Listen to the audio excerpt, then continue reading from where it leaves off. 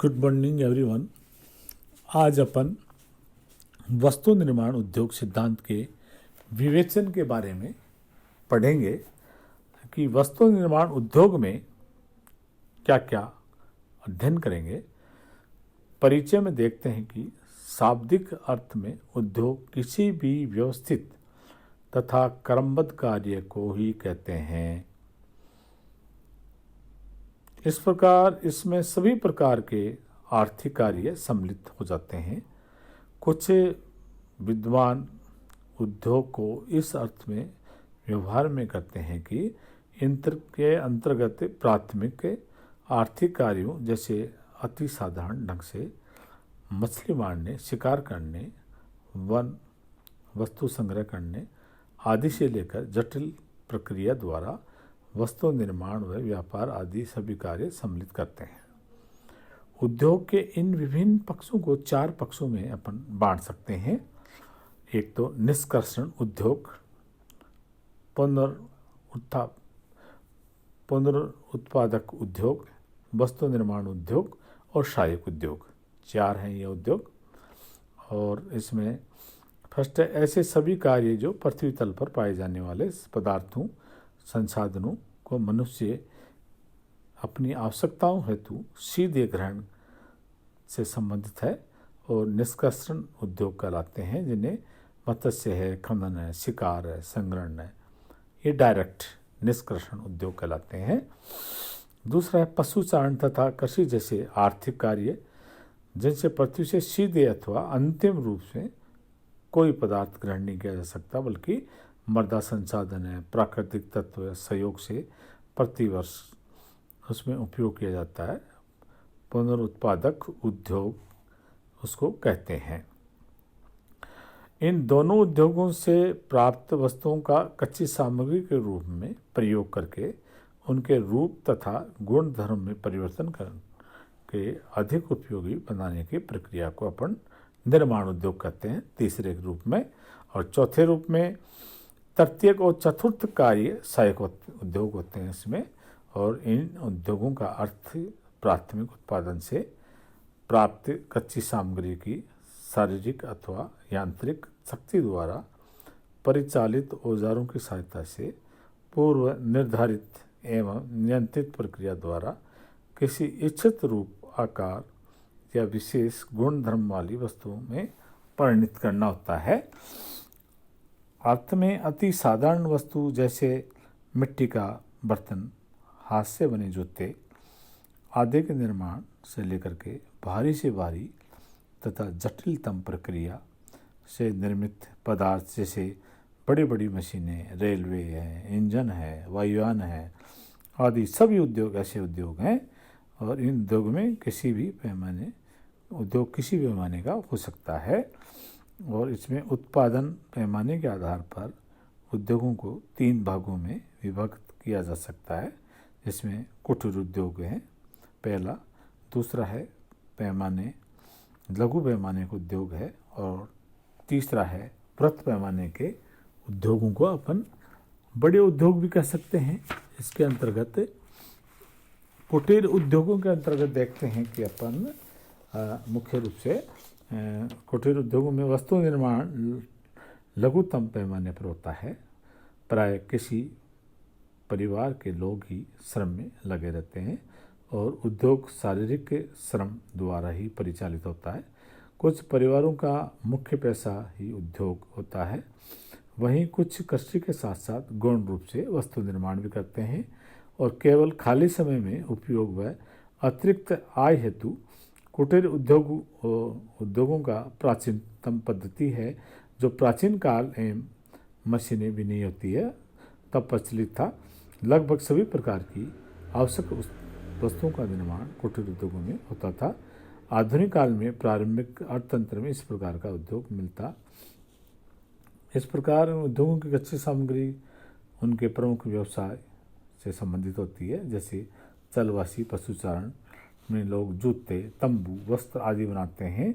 भारत जैसे प्राचीनतम सभ्यता वाले देशों में प्राचीन काल में से ही इसका उत्पादन होता है। एक विशेष वस्तु निर्माण कार्य किसी परिवार या फिर जाति विशेष से जुड़ गया है, इस उद्योग में पूंजी और यांत्रिक शक्ति का उपयोग नहीं के बराबर होता है। लघु पैमाने के उद्योग के बारे में हम देखते हैं कि ये कुटीर उद्योग तथा वृहत पैमाने के उद्योगों के बीच की स्थिति होती है। लघु उद्योग वृहत पैमाने का अंतर सापेक्षिक होता है, इसलिए इनका स्पष्ट अंतर पाना कठिन है। राष्ट्रीय और संघीय एशिया एवं सुदूर पूर्व आयोग के अनुसार वह उद्योग जिसमें वेतन पर काम करने वाले 50 से कम श्रमिकों की सहायता से उत्पादन हो, मशीनों का प्रयोग ना होता हो। यदि मशीनों का उपयोग होता हो तो वेतनभोगी श्रमिकों की संख्या 20 से कम हो, लघु पैमाने का उद्योग कहा जाता है। औद्योगिक क्रांति के पश्चात यूरोप में इस प्रकार की व्यवस्था का ह्रास हो गया है व उसके स्थान पर वृहत उद्योगों की स्थापना हो गई है, जिससे जनसंख्या का संकेंद्रण भी कारखानों के निकट होने लगा है। एंग्लो अमेरिका का जो ऑस्ट्रेलियन है, न्यूजीलैंड में भी यूरोपीय प्रभाव के कारण वृहत उद्योगों की ही स्थापना हुई है। वे देश जो उपनिवेश में रह चुके हैं वहाँ स्वतंत्रता प्राप्ति के बाद प्रारंभिक समय में परिस्थितियाँ लघु पैमाने हेतु ही उपयुक्त थी। अधिक जनसंख्या के सुलभ श्रम पूंजी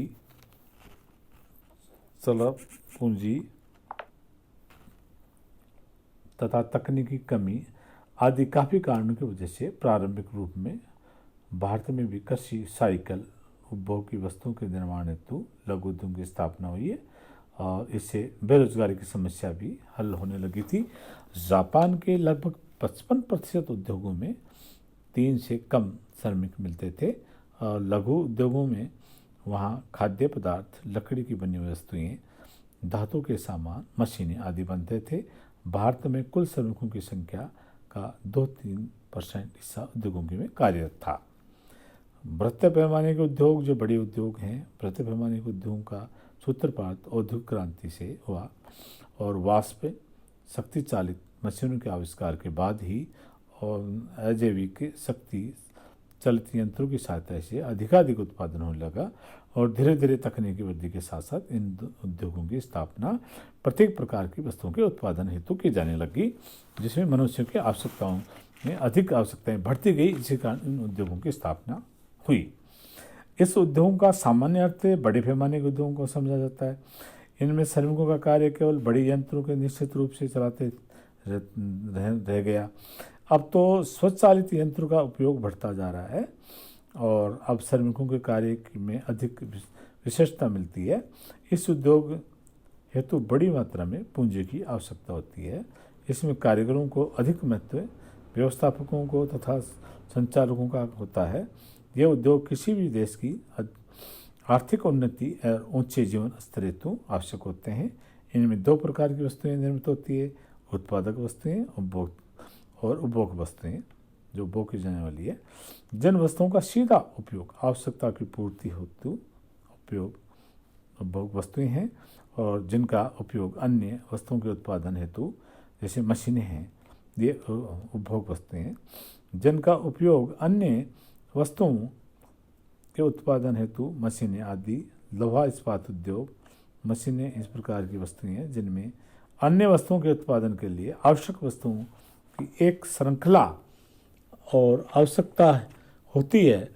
जैसे एक कमीज हेतु हमें कपास चुनने तथा उसको साफ करने, मशीन से धागा बनाना, धागे से कपड़ा बुनना और कपड़े से सिलाई मशीन की आवश्यकता होती है। इन मशीनों के कल पुर्जे अलग अलग उद्योगों में बनाए जाते हैं, न कि एक जगह। सभी मशीनों और कल पुर्जों हेतु लोहे, कोयले की आवश्यकता होती है और प्रत्येक प्रकार के उत्पादन में शक्ति उत्पन्न करने के लिए साधन चाहिए। किसी भी साधारण वस्तु के उत्पादन के लिए एक अत्यंत उत्पादन श्रृंखला बन जाती है। इसी औद्योगिक श्रृंखला के निर्माण की प्रक्रिया में किसी देश की प्राकृतिक एवं मानवीय संसाधनों का पूर्ण विकास एवं उपभोग होता है। उपभोग व विकास की श्रृंखला प्रक्रिया में सर्वांगीण विकास, होने का अवसर मिलता है। इसमें लोगों को रोजगार मिलता है और प्रति व्यक्ति आय में उसमें वृद्धि होती है और जीवन यापन में भी उसका स्तर ऊंचा होता है। इससे उत्पादन एवं मांग के बीच संतुलन की दिशा में वस्तु निर्माण उद्योगों की एक श्रृंखला बन जाती है। यही कारण है कि बृहद पैमाने के उद्योगों के विकास की आर्थिक विकास का मापदंड माना जाता है। अपन आगे देखेंगे कि उद्योगों के स्थानीयकरण में एक उद्योग के लिए कौन कौन सी वस्तुओं की आवश्यकता होती है, जिसमें अपन आगे पढ़ेंगे। कच्ची सामग्री, बाजार है, परिवहन है, श्रम है, शक्ति है, पूंजी है। ये बहुत से कारक ऐसे हैं जो उद्योगों के स्थानीयकरण में काम आते हैं। ये अपन आगे पढ़ेंगे। आज इतना ही है कि उद्योग मुख्य रूप से कितने प्रकार के होते हैं, कुटीर उद्योग, लघु उद्योग, वृहत उद्योग, इनके बारे में अपन ने पढ़ा। Thank you.